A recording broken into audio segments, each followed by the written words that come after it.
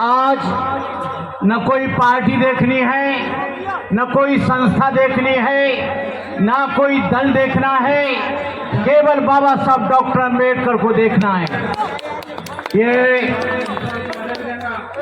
मैं जब से बीजेपी की गवर्नमेंट आई है तब से देख रहा हूं कि बहुजन समाज के पीड़ा स्थलों को निशाना बनाया जा रहा है। आरएसएस के कहने से, बीजेपी के कहने से ये यही नहीं है, मऊ की धरती पर भी ये इंक्रोचमेंट करना चाहते हैं। दीक्षा भूमि पर भी पूरा का पूरा नेस्त नाबूद इन्होंने कर दिया।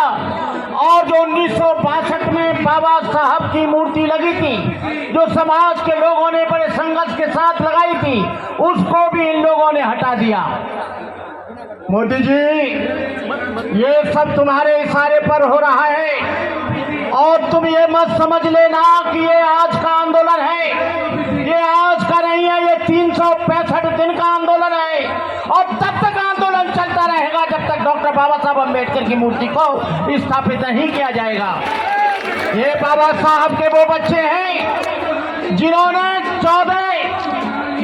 2 अप्रैल 2018 को 14 बच्चों की इन्होंने बलि दी। और आपको कहना चाहता हूं मैं, जुल्म और सितम की बिजलियां किस पर पड़ी, दलित आंखें किसके ऊपर थी गड़ी, किसकी किरणें देख सूरज था लजीला हो गया, किसके तरकों से ब्रह्म पीला हो गया। तुम अछूतों का हकीकी लीडर कौन था, निर्बल नेत्रों का लीडर कौन था, सच बताओ कौन निद्रा से जगा कर चल दिया, जिसकी मेहनत ने तुम्हें फल दिया। कोट जन को देके संता है पुनर्जीवित किया, मनु कारागार को किसने गिराया, बोली हुए कौन था, जिसने तुम्हारी गुलामी की दास्ता की बेड़ियों को काटा, जिन्होंने तुमको शिक्षा का अधिकार दिया, जिन्होंने तुमको कपड़े पहनने का अधिकार दिया, जिन्होंने तुमको पानी पीने का अधिकार दिया, आज उस मूर्ति को हटा दिया गया। ये लोग लगातार अंबेडकरी भावनाओं को आहत कर रहे हैं। समता सैनिक दल उसके लिए लगातार प्रयास कर रहा है, भारतीय बौद्ध महासभा कर रही है, सारे ही संगठन कर रहे हैं। लेकिन मुझे अफसोस है, जो डॉक्टर अम्बेडकर के नाम पर सत्ता में आते हैं, जो प्रधानमंत्री बनते हैं, गृह मंत्री बनते हैं, जो संसद सदस्य बनते हैं, विधायक बनते हैं, बाबा साहब अम्बेडकर ने विधायिका में रिजर्वेशन दिया था। लेकिन ये 135 बेईमान लोग ये केवल वोट लेकर जब सीट से आते हैं, लेकिन ये समाज की बात नहीं करते। ये लोग बड़े धोखेबाज हैं, इनसे सावधान रहना। मैंने कल एक पार्टी वाले से कहा, जो बहुजन समाज की बात करती है, बहुजन समाज के महापुरुषों की बात करती है, उन्होंने कहा हम नहीं जाएंगे।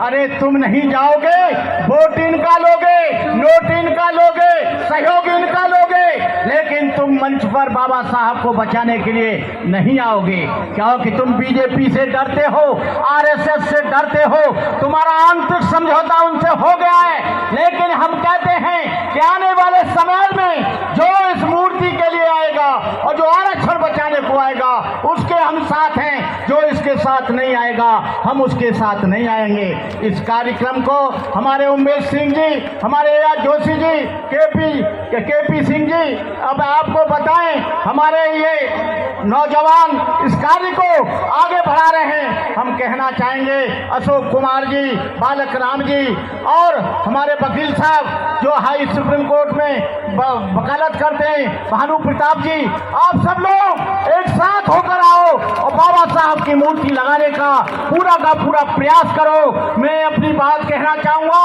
इस आंदोलन में कोई कायर और बुज़दिल आदमी नहीं आए, वो आए जो बाबा साहब के नाम पर अपना सब कुछ कुर्बान करने के लिए तैयार है। साथ हमारे वह आवे जिसको किसी का गम होवे, नई खुशियों मिलने की ना खाने का मातम होवे, चाहे सूरज आग उगलता हो, सर्द भरी शबनम होवे, सर्द भरी शबनम होवे, नहीं खौफ सीने में हो, ना जोश में जिसके गम होवे, बांका शेर बबर होवे, हिम्मत में आजम होवे, लगा हो ताने बाने में मखलूक जब होवे, मसावाद का चश्मा हो, सत्यान्याय का जामे जम होवे, साथ हमारे वह आवे जिसको न किसी का गम होवे।